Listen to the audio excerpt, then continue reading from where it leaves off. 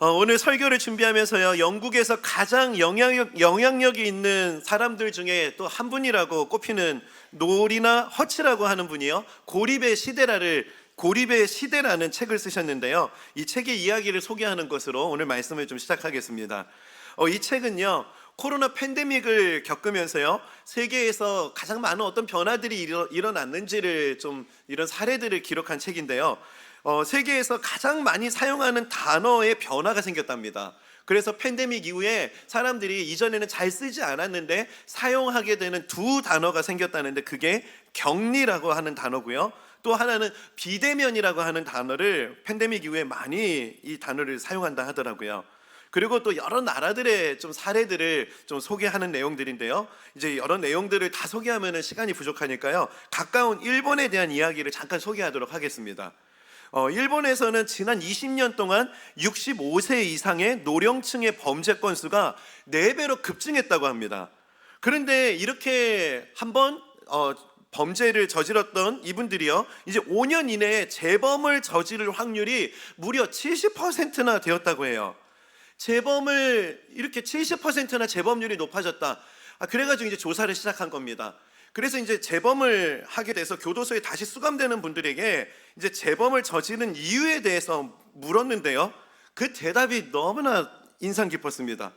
교도소에 다시 들어가는 그 이유가 뭐냐, 다시 재범을 저지르는 이유가 뭐냐 그랬더니 공동체가 있기 때문이라는 거예요. 그 중에 한 분, 78세의 아무개 씨는요, 이 감옥에 대해서 교도소에 대해서 이렇게 얘기하더라고요. 이야기 나눌 사람 많은 것, 그리고 오아시스, 이렇게 얘기하는 겁니다. 그러면서 이 책에서 이런 얘기를 해요. 일본에 사는 노인들이 외로움 때문에 자발적인 감옥행을 택한다. 근데 이 이야기가 정말, 이 이야기를 듣고 놀라지 않을 수 없었습니다. 이게 진짜일까 하는 의심이 들 정도로요, 너무 뜻밖의 내용이었어요. 그리고 또 한편으로는 이 겉으로는 표현하진 않지만 이 땅을 살아가는 많은 사람들이요, 생각보다 많은 사람들이 외로움을 겪으면서 힘겨운 삶을 살아가고 있구나. 차라리 여기서 외로움의 무게보다 교도소에 가는 게 더 낫다, 이 정도로 외로움의 무게가 너무 무겁다는 거 아니겠습니까? 오죽 외로움을 견디기 힘들었으면 다시 교도소 가려고 재범을 저지르겠냐, 이런 생각을 해봤어요. 이러면서 이분이요, 이런 여러 나라의 비슷한 사례를 소개하면서 외로움을 극복하기 위한 대안을 이렇게 제시를 합니다. 외로움을 극복하기 위해서는 서로 연결되어야 한다. 아멘 나올 뻔했거든요. 근데 이거 신앙 서적이 아니에요. 이거는 어떤 인문학 서적, 또 전문 서적인데요, 이런 내용이 있는 겁니다. 외로움을 극복하기 위해서는 서로 연결되어야 된다. 이 이야기하면은 딱 떠오르는 성경 구절이 있지 않습니까? 에베소서 4장 16절입니다. 우리 이 말씀 다 함께 한번 읽어보겠습니다. 시작. 그에게서 온 몸이 각 마디를 통하여 도움을 받음으로 연결되고 결합되어 그 몸을 자라게 하며 사랑 안에서 스스로 세우느니라. 교회는 이렇게 세워진다는 겁니다. 연결되고 결합되어 이렇게 하는 과정을 통해서 교회가 세워진다. 저는 그 일반 서적의 한 코너에서 많은 사람들의 마음에 공감을 불러일으켰다 하는 이 책의 소개, 외로움을 극복하기 위해서는 서로 연결되어야 된다, 이런 평을 보면서요, 저거 교회가 오리지널인데, 이런 아쉬운 마음이 살짝 들었습니다. 그리고 또 한편으로는 이 책을 읽으면서 일본에도 교회가 있었을 텐데 외로움을 극복하기 위해서 교회가 아니라 이 교도소를 찾아간다, 이게 현실이 너무 씁쓸했습니다. 이런 면에서 오늘 평촌드림교회는 어떠한가? 저는 이 책의 이야기가 너무 또 저에게 강렬하다 보니까요, 좀 극단적이긴 하지만 저 스스로에게 이런 질문을 해봤습니다. 평촌드림교회는 교도소보다 외로움에 지친 영혼을 위로할 수 있는 곳인가? 평촌드림교회는 함께 울어줄 수 있고 함께 웃어줄 수 있는 곳인가? 하는 이 질문이 한 주 내내 제 머릿속을 떠나지 않았습니다. 또 한편으로는 이 최근 2-3주 기간 시간을 보내면서요, 우리 성도님들 중에서 갑자기 암에 걸렸습니다. 또 갑자기 암을 걸렸는데 또 수술을 해야 됩니다. 이렇게 큰 질병을 겪으시는 성도님들이 요 한 달 사이에 정말 많으셨습니다. 그래서 이제 한 분 한 분을 위해서 기도하던 중에요, 제가 무의식 중으로 이렇게 툭툭 기도 중에 나왔던 성경 말씀이 있는데, 이 말씀이 오늘 본문이에요. 오늘 보면 15절입니다. 믿음의 기도는 병든 자를 구원하리니 주께서 그를 일으키시리라.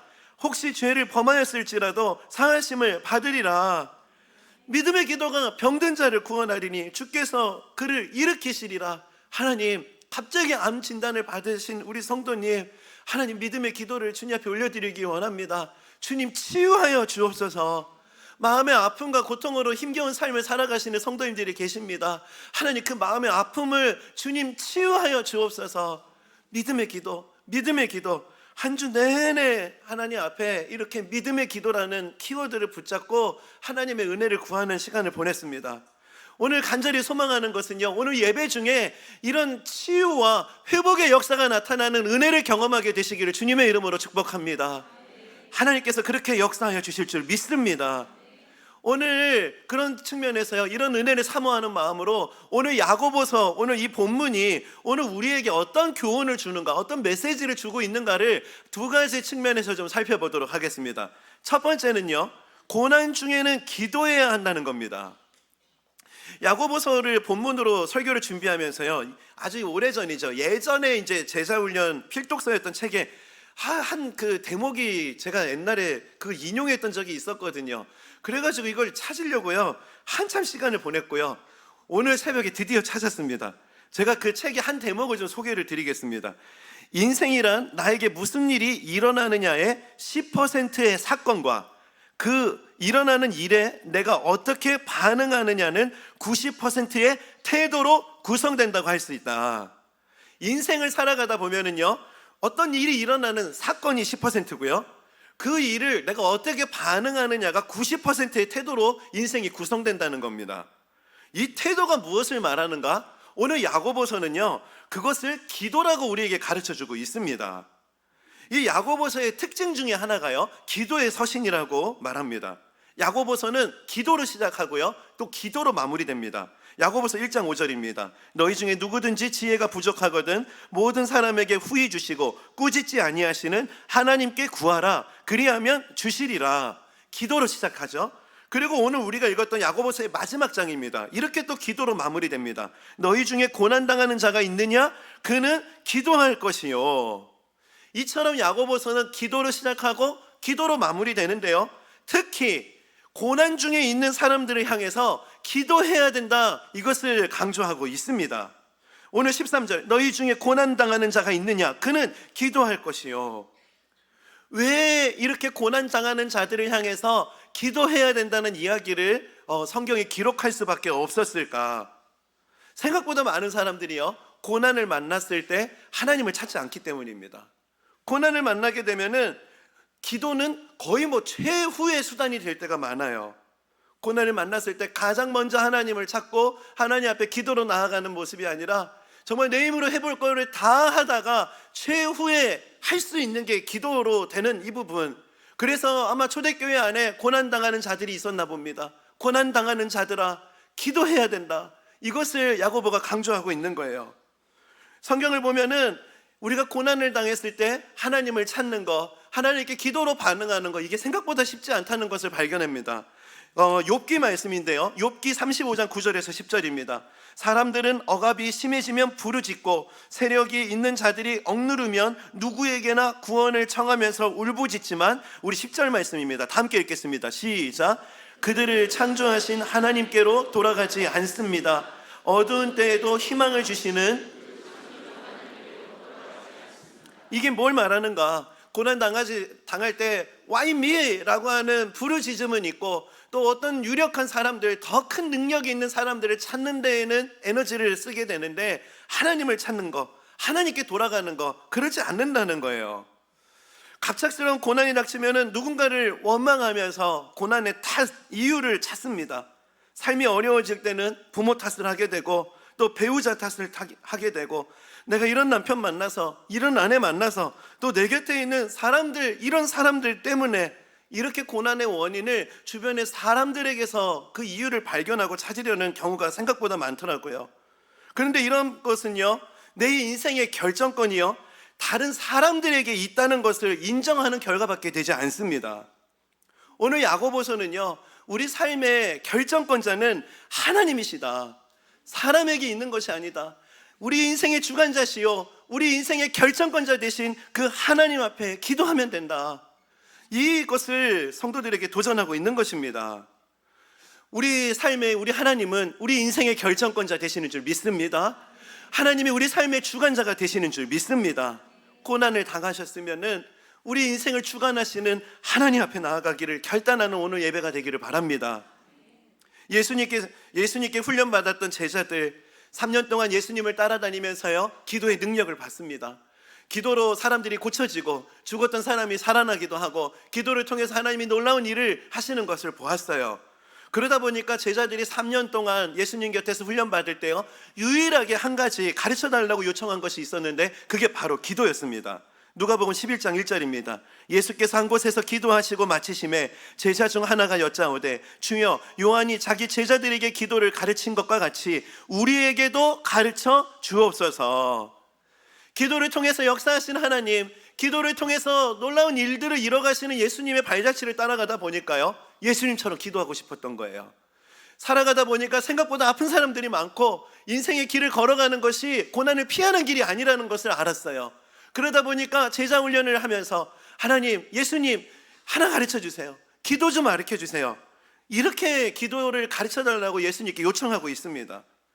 그들이 그렇게 기도의 능력을 보았고 또 한편으로는 예수님께서 기도로 능력을 나타내시는 곳마다 약속을 선포하셨기 때문이었어요. 그래서 기도를 가르쳐 달라고 합니다. 많은 약속들이 있는데 한 가지 약속만 우리가 좀 읽어봤으면 좋겠습니다. 요한복음 15장 7절입니다. 이 말씀 다 함께 한번 읽어보겠습니다. 시작. 너희가 내 안에 거하고 내 말이 너희 안에 거하면 무엇이든지 원하는 대로 구하라. 그리하면 이루리라. 내 안에 거한다면은 내가 이루어 줄 것이다. 이 약속을 제자들이 믿었던 거예요. 이 약속을 붙잡고 이 약속이 있기 때문에 그렇다면은 어떻게 기도해야 됩니까? 이것을 예수님께 물었다는 거. 저는 오늘 이 설교를 준비하는데요 문득 찬송가 한 곡이 떠올랐어요. 찬송가 370장입니다. 주 안에 있는 나에게인데요 여러분 이 찬양 아시잖아요. 주 안에 있는 나에게 딴 근심이 있으랴. 딴 근심이 없는 그 이유가 뭐라고요? 주 안에 있을 때 2절 그 두려움이 변하여. 우리 다 함께 한번 불러보죠. 내 기도 되었고 전날의 한숨 변하여 내 노래 되었네. 주님을 찬송하면서 주님을 찬송하면서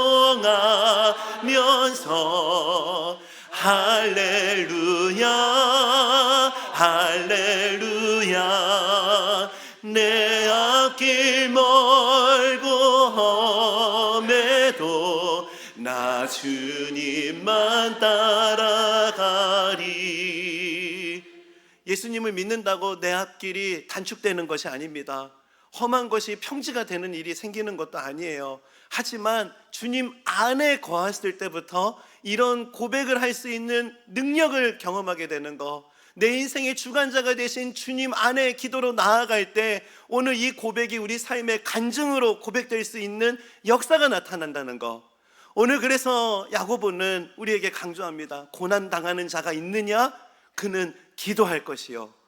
오늘 삶에 문제가 있으신 분들이 계십니까? 오늘 그 문제를 주님 앞으로 가지고 나아가기를 결단하는 오늘 예배가 되시기를 주님의 이름으로 축복합니다. 두 번째, 오늘 본문이 우리에게 주는 교훈은요, 고난 중에 있는 자들과 함께 기도해야 한다는 겁니다. 야고보서는 첫 번째 기도를 강조하는 서신이라고 했다면은 또 하나의 특징이 있는데 그것은 행함을 강조하는 서신입니다. 야고보서 2장 17절입니다. 이와 같이 행함이 없는 믿음은 그 자체가 죽은 것이라. 영혼 없는 몸이 죽은 것 같이 행함이 없는 믿음은 죽은 것이니라. 아니, 믿음을 갖는 것 자체도 귀한 거 아니에요?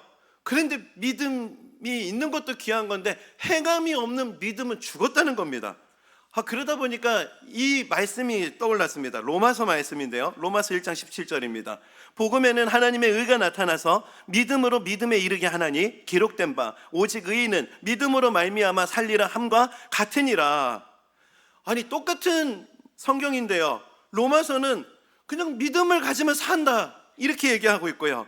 야고보서는 행함이 없는 믿음은 죽은 거다 이렇게 말하는 겁니다.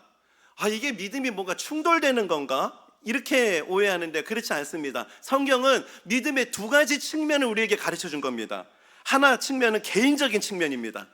복음을 믿어서 한 개인이 구원받은 측면을 강조한 게 로마서의 이신칭이에요.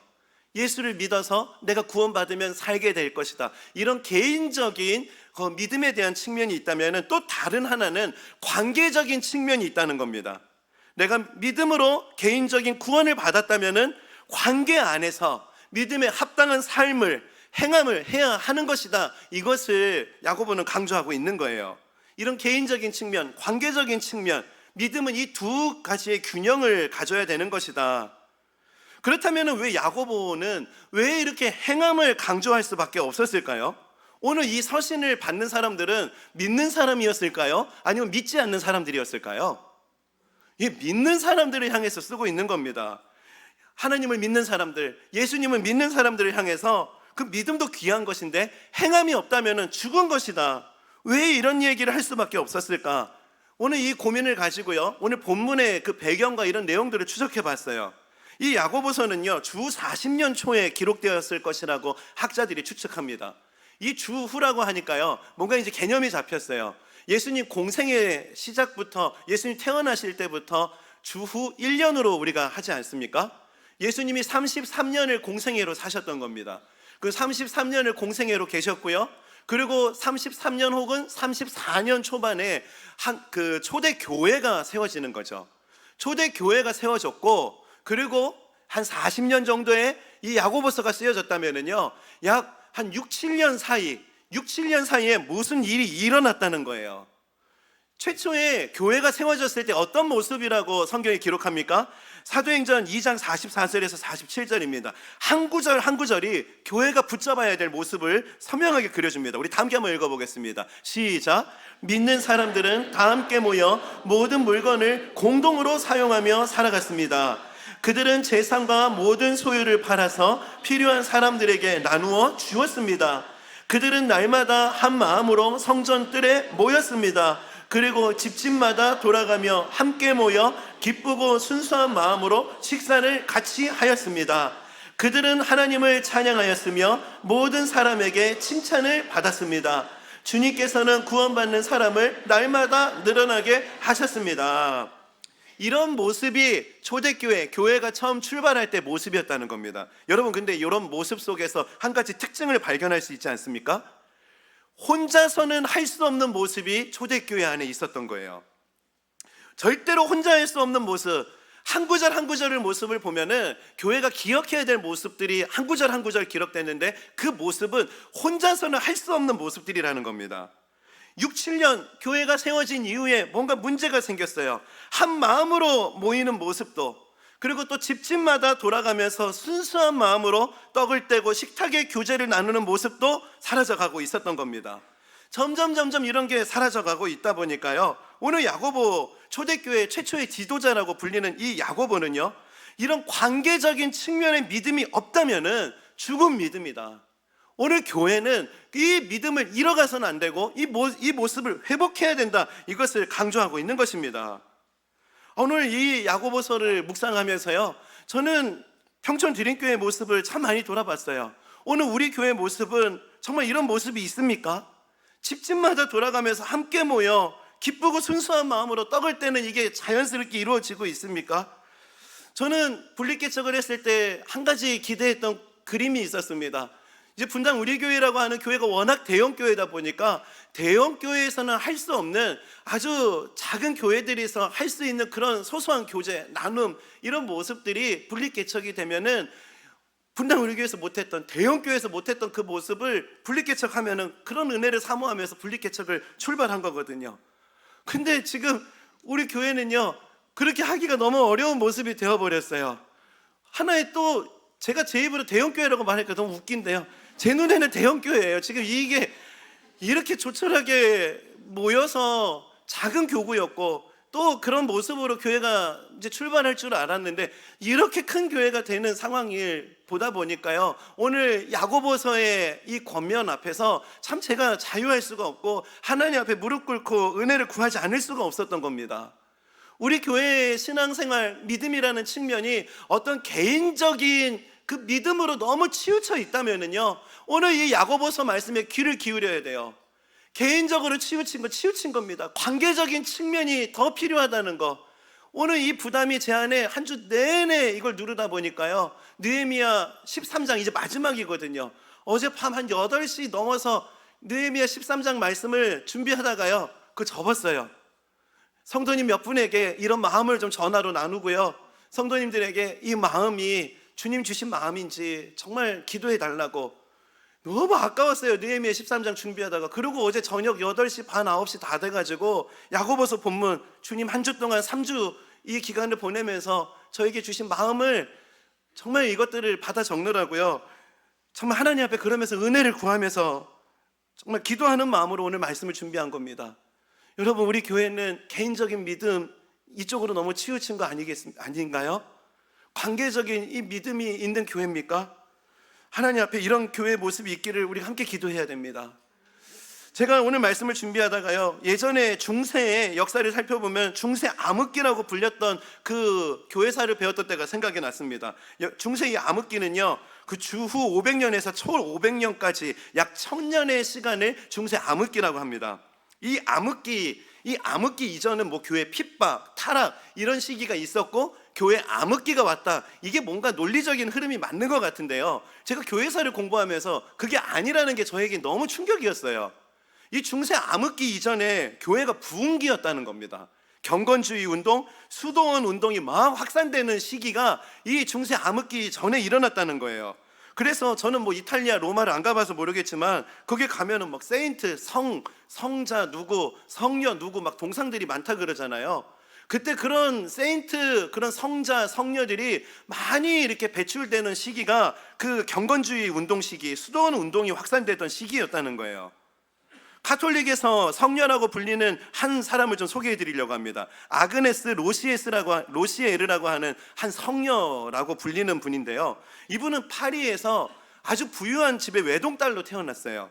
그러던 어느 날 아버지가 갑자기 이제 죽음을 맞이하게 되다 보니까요, 이 외동딸이니까 모든 아버지의 재산을 이 여인이 물려받게 됩니다. 용모도 참 아름다웠고 마음씨도 너무 착하다 보니까 평소에도 사람들에게 칭찬을 받은 여인이었는데, 더군다나 갑자기 아버지에게 모든 이 재산을 물려받으니까요, 그 파리 주변에 있는 그 부유한 집안, 또 뭐 잘생긴 남자들, 막 이런 남자들이 이 여인에게 막 이렇게 접근을 했나 봐요. 그러다 보니까 이 여인이요, 하나님 앞에 결단을 합니다. 나 진짜 순결을 지켜야 돼. 나는 은둔자로 살아야겠다. 이러면서요, 아버지에게 물려받은 재산을 다 그 하나님께 드리는 마음으로요, 교회를 짓는 데 쓰게 됩니다. 그렇게 아버지에게 물려받은 전 재산으로 이렇게 세워진 교회가 성오퍼륜 교회라고 하고요. 이 교회는 독특한 특징이 있는데, 교회만 진 게 아니고 이 교회 옆에 독방이 하나 있어요. 아주 그냥 고립된 독방이 하나 있는데요, 그 독방으로 들어가겠다고 이 여인이 결단을 합니다. 그래서 이제 이 여인이 나는 은둔한 삶을 살겠다, 나는 순결을 지키겠다, 거룩한 삶을 살겠다. 그러면서 이 교회가 준공이 다 됐을 때 성전 준공 예배를 드릴 때요, 어떤 예식이 일어났냐면은, 먼저 사제들이 이 여인이 평생 독방으로 살아야 될 곳에 성수를 뿌렸고요, 또 사람들과 이별의 정을 나누고요, 눈물을 흘리고, 그리고 또 이제 이 여인이 들어가고, 마지막 의식이 뭐였냐면은 그 석수들을 동원해서 그 문을 돌로 다 막아버리는 거였어요. 평생 돌로 막힌 그렇게 고립된 그곳에서 이 여인이 살았다는 겁니다. 무덤에 들어갔을 때 이 여인은 18살이었는데요 그곳에서 80년의 시간을 보냈다는 거예요. 여러분, 이거 정말 대단한 거 아니에요? 내가 순결 뺏길까봐, 거룩함을 지키기 위해서 80년이라는 시간을 그렇게 그곳에서 평생을 단절된 삶을 살아갔다. 여러분, 이거 쉬운 일 아닙니다. 제가 코로나로 일주일 격리 당해보니까요, 이 80년 그렇게 격리되는 거는 대단한 일이에요. 존경할 일입니다. 정말 대단한 신앙이에요. 그런데 저는 이게 좀 한쪽으로 또 치우쳐 있는 모습을 발견하게 됩니다. 여러분, 이런 믿음에 뭔가 문제점이 있는 걸 발견하지 않으세요? 예수님은 이러지 않으셨거든요. 예수님은 본인의 믿음만 지키는데 온 삶을 바치지 않았어요. 예수님은 막 다니셨어요. 복음을 전하기도 했고요, 가르치기도 했고요, 세례를 베풀고 제자를 삼기도 하고, 서로 사랑하고 서로 용납하고, 막 이런 일들을 예수님은 겪으셨어요. 예수님의 이 가르침을 하나하나 따지고 보면은 이 여인은요, 개인의 믿음은 지켰는지 모르겠지만 제자 삼아라, 서로 사랑해라, 세례를 베풀어라, 그런 예수님의 많은 함께하는 명령에는 평생 불순종한 모습이었던 것입니다. 이런 차원에서 오늘 우리의 교회는 함께하는 이런 믿음의 모습이 잘 유지되고 있는가? 개인의 믿음, 또 이렇게 함께하는 믿음, 관계적인 믿음이 정말 이 균형을 이룬 곳인가? 정말 이것을 진지하게 돌아볼 필요가 있습니다. 저는 우리 성도님들 중에 그 이전에 교회에서 아픔을 겪으셔서 다시 다락방 들어가는 것을 주저하시는 분들이 계시다는 것을 잘 알고 있습니다. 어떤 마음이신지도 잘 알아요. 근데 저는 도전하고 싶어요. 그렇게 개인적인 믿음을 잘 지키는 거 너무 귀한 일인데요, 여러분, 그렇게 개인적인 믿음을 지킨 이후에 영적인 암흑기가 찾아왔다는 거, 역사적인 이런 교훈을 참 우리에게 한번 점검하고 돌아봤으면 좋겠어요. 여러분, 다락방에 들어가시기를 오늘 좀 결단해 보셨으면 좋겠어요. 제가 새가족 수료할 때 다락방은 날개 없는 천사들이 있는 곳이 아니라 그랬죠. 나랑 다른 사람들이 있는 곳, 정말 성격도 안 맞고 어떻게 저런 사람이 교회를 다닌가, 이런 분들이 또 교회 그 다락방에 오시거든요. 그런데 그분들을 품기 위해서 금식도 하고, 그분을 사랑하기 위해서 하나님 앞에 은혜를 구하기도 하고, 또 그 사람을 이해하기 위해서 또 잠잠히 말씀을 묵상하는 시간을 보내는 거, 이런 균형이 다락방에서 이루어진다는 겁니다. 여러분, 이것이 신앙생활이에요. 혹시 이 성녀 아그네스처럼 교회는 와 있는데 독방에서만 있는 분들은요, 그 독방 문을 허물고 나오시기를 오늘 이 시간 결단하시기를 바랍니다.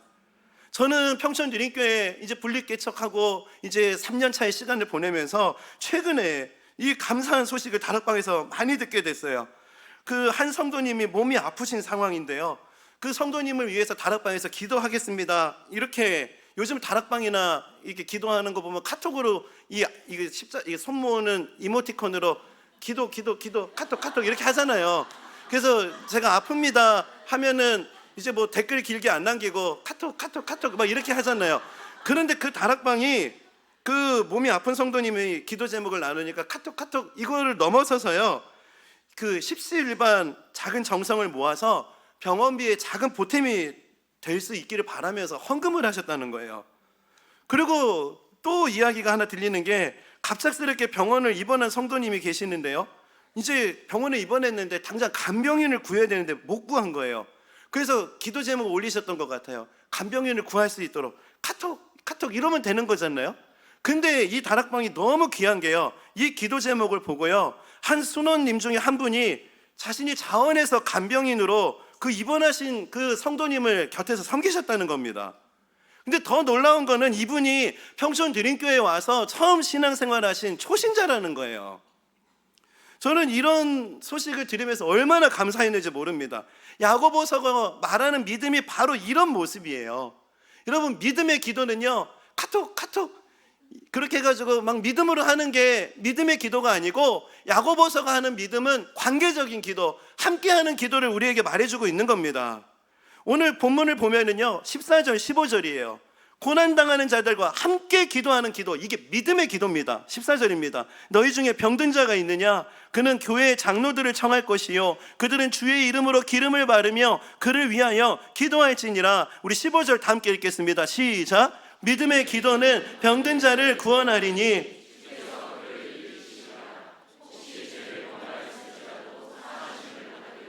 예, 믿음의 기도가 어떤 모습이라고요? 교회의 장로들을 청할 것이요, 기름을 바르며 기도할지니라. 여러분, 이 기도는 결코 혼자 할 수 없는 기도입니다. 여러분, 장로들을 청해서 뭘 어떻게 하라고요? 제가 병에 걸렸습니다, 이걸 오픈해야 됐어요. 그 당시에는요, 병에 걸렸다고 하면은 하나님께 저주받았다, 이런 식으로 정죄가 선포되었던 시대였습니다. 본인이 내가 병에 걸렸습니다 라고 하면은 판단을 받을 수도 있는 상황이었어요. 그런 상황인데도 병에 걸린 사람은 저 여기가 아픕니다 하면서 오픈할 수 있어야 됐어요. 그리고 또 그 기도 제목을 들은 사람은 판단하지 않고 주님의 마음으로 정말 그를 위해서 기도해야 됐습니다. 이런 관계성, 이런 관계가 있는 기도. 그리고 그 다음에 어떻게 해야 된다고요? 기름을 바르며 그를 위하여 기도했다. 이 당시 배경을 보니까 아픈 사람을 위해서 올리브 기름을 발라줬다고 합니다. 그러니까 오늘날로 보면은 그 마사지를 하듯이 그렇게 올리브 기름을 발라서, 이게 약은 아니지만 치유되기를 바라는 마음으로 이렇게 마사지를 하는 모습으로 그렇게 있었다는 거예요.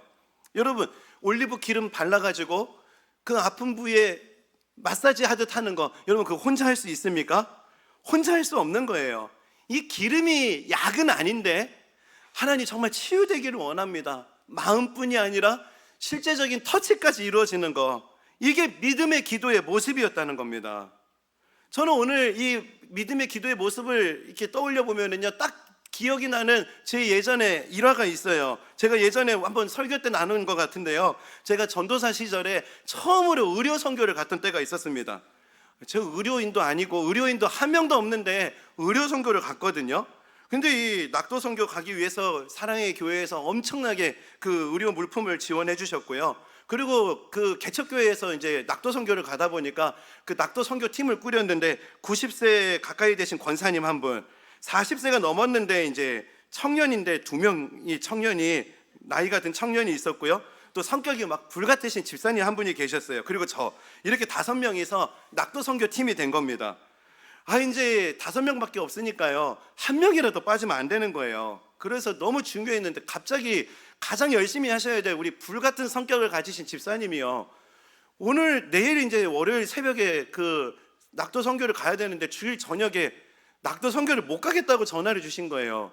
왜 그러시냐고 했더니 지금 부부싸움을 했는데 나 같은 사람이 무슨 선교냐고, 나 같은 사람은 선교갈 자격도 없다고 막 이제 그렇게 얘기하시니까요, 이제 잠깐 제가 집에 가겠습니다 해가지고 이제 집에 가서 부부싸움 말리고 화해시키고, 그리고 이제 교회로 그분을 모시고 와서 집사님 꼭 같이 가셔야 된다고, 같이 자고 같이 가요 해가지고 한두 시간 자고 다음날 이제 이른 새벽에 이제 낙도를 갔거든요.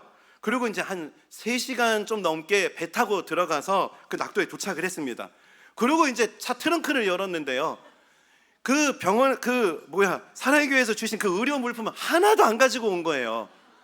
그 부부싸움 말리고 한 분이라도 모시고 가려고 하다 보니까 그 물품을 다 두고 온 상황이라 가지고 저도 너무 당황스럽고 이거 어떻게 해야 되나 하고 이제 그 개척교회 담임 목사님에게 전화를 드렸는데요, 목사님이 이렇게 답하시더라고요. 이것도 하나님의 섭리라고.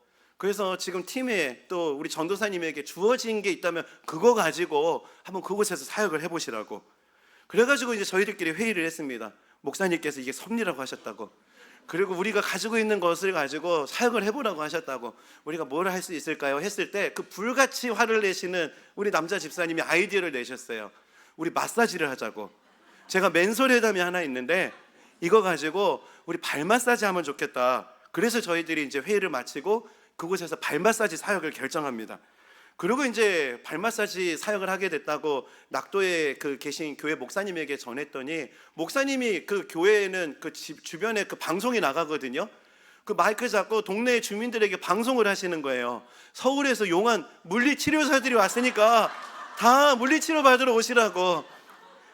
이제 큰일 난 겁니다. 이게 발 마사지를 시작하려고 했는데 물리치료로 광고가 나가니까요, 이 일을 어떻게 해야 되나.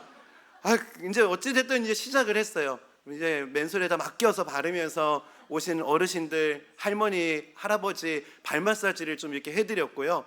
또 이야기도 들어드리고 또 기도도 해드리고 또 그런 시간을 보냈습니다. 그렇게 며칠쯤 지났는데요, 한 할머니께서 허리가 90도로 거의 굽으신 할머니이셨어요. 땅을 이렇게 보고 걸으시는 분이셨는데 발 마사지를 받으시겠다고 오신 겁니다. 그래서 또 이제 발 마사지 해드리고 또 기도해드리고, 그날 저녁에 이 할머니가 몸이 많이 아프셨어요. 갑자기 고열이 올라가시고 구토도 하시고, 그래서 막 119에 전화해가지고 우리 할머니 지금 아픈데 이거 어떻게 해야 되냐고. 근데 또 헬기도 뜰 수 없는 상황이었습니다. 그래서 구급 요원이 알려주시는 대로 하나하나 조치를 하니까요, 할머니가 열도 떨어지고 또 이제 컨디션도 좋아졌어요.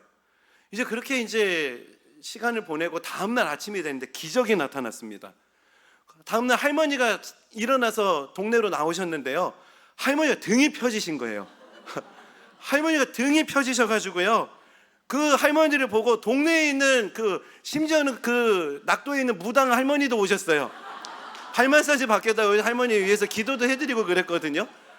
완전히 지금 막 기적이 나타났다, 우리 동네 그 할머니가 등이 펴졌다 이래가지고요, 완전히 그렇게 기도했던 적이 있습니다. 근데 저는 뭐 등이 펴졌다 이것보다도요, 자꾸 그때가 떠오르는 게 뭐냐면은 기름을 바르고의 기도가 바로 이런 모습이라는 거예요. 낙도에서는 정말 한 번 만나는 우리 성도님도 아닌 분들에게 그렇게 기도했는데, 저는 지금 우리 성도님들에게 그렇게 기도하고 있는가 하나님 저에게 물으시는데 너무 하나님 앞에 회개가 나오는 겁니다. 우리 성도님들 서로 기도할 때 정말 이렇게 함께 기름을 바르고 이런 기도의 모습이 우리 교회 안에서 이루어지고 있는가, 하나님 앞에 정말 무거운 마음으로 우리가 이 믿음의 기도를 회복해야 합니다. 이것을 좀 선포해야 되는 시기가 아닌가 하는 도전을 받은 겁니다. 야고보서 5장 16절입니다. 그러므로 너희 죄를 서로 고백하며 병이 낫기를 위하여 서로 기도하라. 혼자는 못한다는 거예요. 혼자는 못한다는 겁니다. 누군가에게 아프다고 이야기할 수 있는 것도 누가 있어야지 하는 거죠. 그런 분 계십니까? 나에게 기름을 발라주고 너무 아프시겠습니다, 그렇게 관계적으로 함께 어울러서 기도할 수 있는 그런 기도가 이루어지고 있습니까? 오늘 평촌 드림교회가 회복해야 될 기도가 있다면 바로 이런 모습이라는 거예요. 지난주에 에베레스트 5,000m 올라가야 된다, 이런 기준을 갖는 거, 개인적으로 이것들을 갖는 거는 너무 필요한 일인데요, 하나님 자꾸 제 마음에 부담을 주세요. 느헤미야 설교를 멈추고 그 기준뿐만이 아니라 관계적인 믿음이 이 교회 안에 균형이 필요하다. 이 교회가 너무 골방에서, 너무 독방에서 혼자 만족하는 신앙생활로 치우쳐가고 있다. 정말 두려운 마음을 가지고 오늘 이 말씀을 기도하는 마음으로 전하고 있는 겁니다. 평촌 드림교회가 믿음의 기도가 회복되는 교회가 되기를 바랍니다.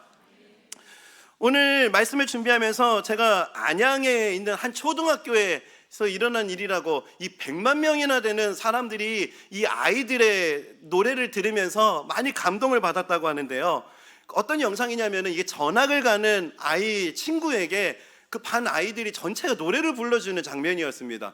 여러분, 요즘에 전학 가는 거 어떻게 가냐 보니까요, 그냥 방학 중에 인사도 안 하고 간다 그러더라고요. 그리고 또 뭐 행정적으로 그냥 전학 가고 끝 이런 식이고, 그냥 가서 인사하고 막 이런다는데요, 이 초등학교에서 전학 가는 아이를 위해서 하는 모습이 너무 제게 감동이 됐거든요. 이 모습이 오늘 좀 우리 교회가 기억해야 될 믿음의 기도의 모습이다라는 생각을 해봤습니다. 오늘 이 영상을 우리 설교 마무리로 한번 좀 보도록 하겠습니다. 헤어질 때 말 못했던 내 마음, 고마웠어, 행복했어, 사랑했어. 나에게 너란 친구 있어, 감사해. 공부는 못하게 돼서 하지 마요. 친구야 고마워, 잊지 않을게. 건강 잘 지내면 잘 가.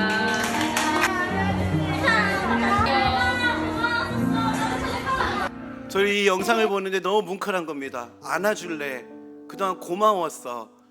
아이들의 교실에서 이런 모습이 일어나는 이 모습, 근데 저는 이 모습을 어디서 많이 본 모습인데 하고 떠올려 보니까 제가 교회에서 경험했던 모습이었어요.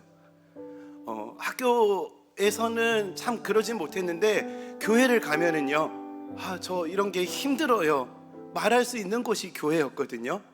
그렇게 참 이런 부분들이 힘들었습니다 말하면은요, 교회 형, 누나, 친구들이요, 정원아 가운데로 와봐, 가운데로 와봐 그러면서 저를 붙잡고 같이 기도해주고, 그리고 저는 교회에서 처음 들었던 찬양이었는데요, 이 찬양, 때로는 너의 앞에 어려움과 아픔이 있지만 담대하게 주를 바라보는 너의 영혼. 저를 향해서 카톡 그렇게 기도하는 기도가 저를 살렸던 것이 아니고 이 찬양을 함께 부르면서 함께 얼싸안고 눈물을 흘리고 정한아 너 너무 힘들었겠다 그렇게 기도해주고 그렇게 한마디 해주는 그 기도를 통해서 하나님 저를 일으키시고 회복시켜 주셨어요. 오늘 평촌드림교회가 정말 우리 성도님들이 정말 이 한 3, 4주 너무너무 무거운 마음을 가지고 지내고 있거든요. 아프신 분들이 너무 많으세요.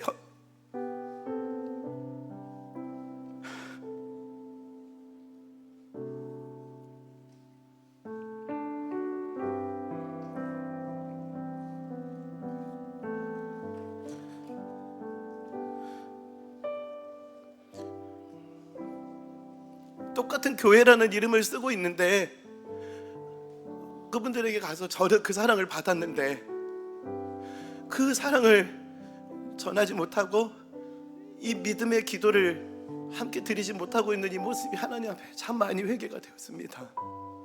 지금은 저는 손이 2개밖에 없어서 저 혼자는 지금 너무나 어려운 상황이거든요. 여러분 우리 함께 이 믿음의 기도를 드려야 됩니다. 우리가 함께 연결되어서 우리가 함께 이 믿음의 기도를 드린다면은 믿음의 기도는 병든 자를 구원하리니 주께서 저를 일으키시리라. 우리의 이 함께하는 기도를 통해서 이런 역사를 하나님 우리에게 보여주실 줄 믿습니다. 오늘 정말 제 눈에도 지금 몇 분이 눈에 띄거든요. 제가 정말 이 마음이 전해지기를 바랍니다.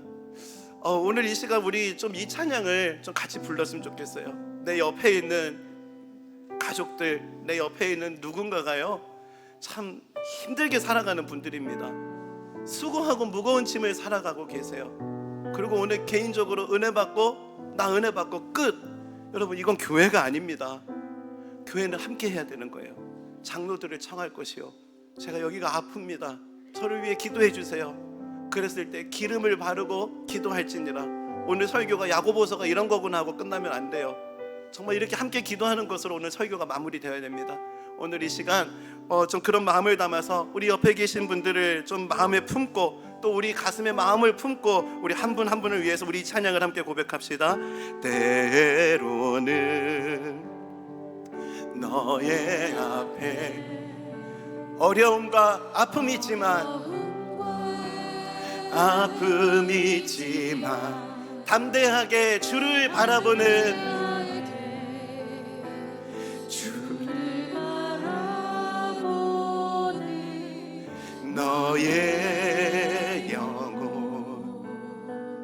너의 영혼 우리 볼 때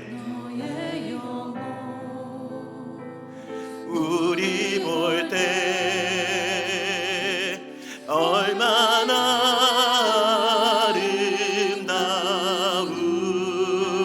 아름다운지 너의 영혼 통해 큰 영광 받으시 하나님을 찬양 오 할렐루야. 우리 다 한번 눈을 좀 감아봤으면 좋겠습니다. 혹시 가족들끼리 같이 오셨다면 한 손은 우리 가족들 한번 손을 좀 잡아주면 좋겠고요.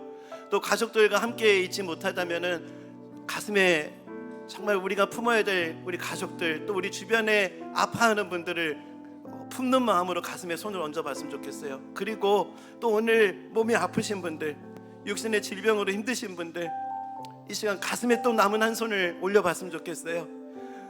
지금 우리가 다 다니면서 기름을 바를 수는 없지만 하나님 기름을 바르는 마음으로 손을 잡았고 기름을 바르는 마음으로 가슴에 손을 얹었습니다.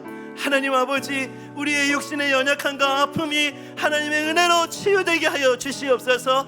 우리 마음의 슬픔이 주님의 은혜로 위로받게 하여 주시옵소서. 믿음의 기도의 능력을 경험할 수 있도록 하나님 역사하여 주시옵소서라고 우리 가슴에 품는 영혼들 또 손을 붙잡는 영혼들 육신의 연약함으로 힘들어하는 분들을 위해서 합심해서 함께 기도하시겠습니다. 하나님 아버지 은혜를 구합니다. 너희 중에 병든 자가 있느냐? 그는 장로들을 청할 것이요 그들은 기름을 바르며 그를 위하여 기도할지니라. 믿음의 기도는 병든 자를 구원하리니 주께서 그를 일으키시리라. 죄를 범하였을지라도 사하심을 얻으리라. 하나님 아버지, 너무나 힘겨운 삶을 살아가며 아버지 하나님의 위로를 받고자 오늘 이 자리에 오신 성도님들이 이곳에 계십니다. 하나님 아버지, 갑자기 교회가 커져버려서 한 번 한 번 손을 잡아드릴 수는 없지만 하나님 아버지, 주님께서 오늘 가슴에 얹은 손에 안수하여 주시옵소서. 맞잡은 그 손을 주님이 붙잡아 주시옵소서. 육신의 연약한 부분을 주님 치료하여 주시옵고 마음의 아픔을 주님 위로하여 주시고 아버지, 너무나 힘들었겠다, 너무나 힘들었겠다 공감하시며 위로하시는 주님의 음성을 듣게 하여 주시옵소서. 더 이상 고립된 곳에서 홀로 신앙생활 하지 않게 하시고 함께 어울려 함께 기도 제목을 나누고 함께하는 믿음의 기도의 능력을 경험하는 은혜를 또한 경험할 수 있는 길로 한 분 한 분의 삶을 인도하여 주시옵소서.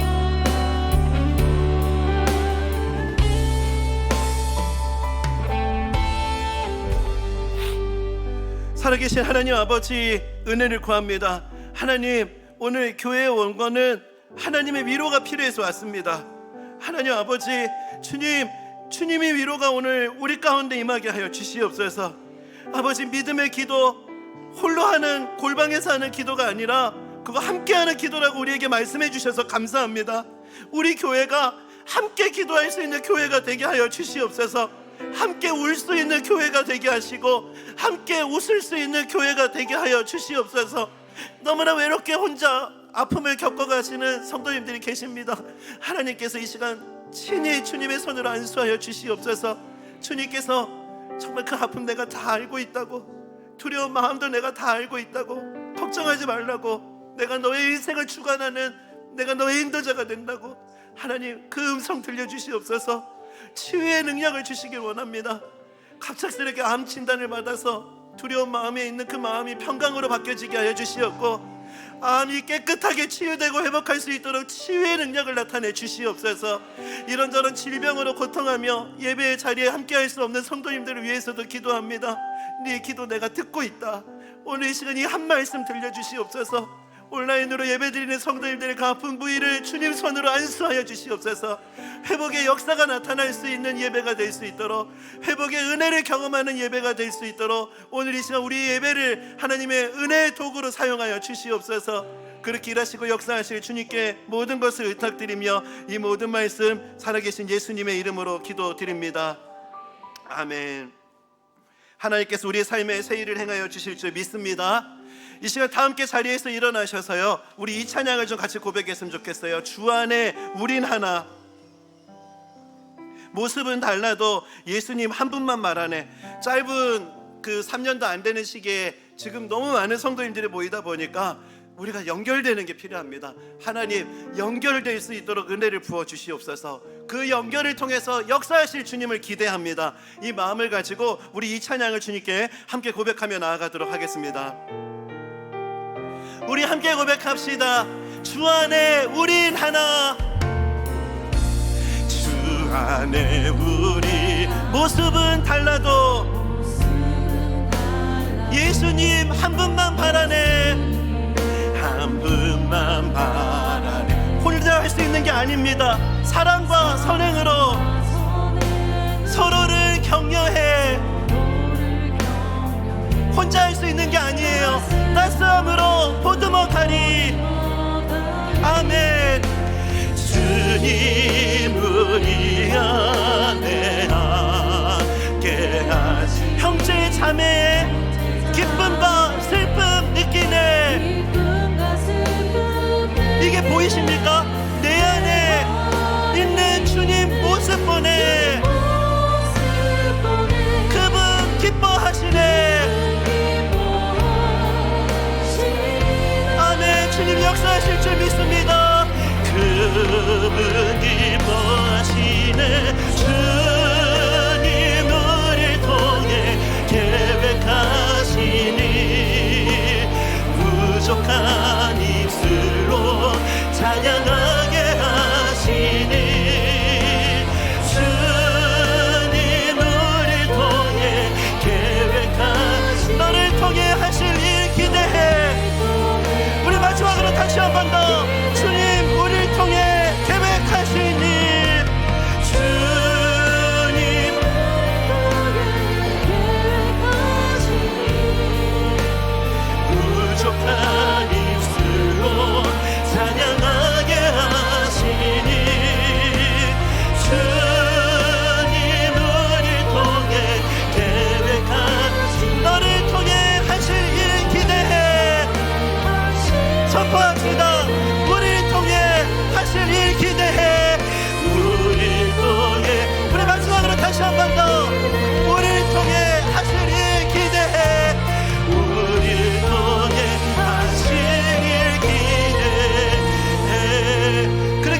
일하실 주님, 주님을 찬양합니다.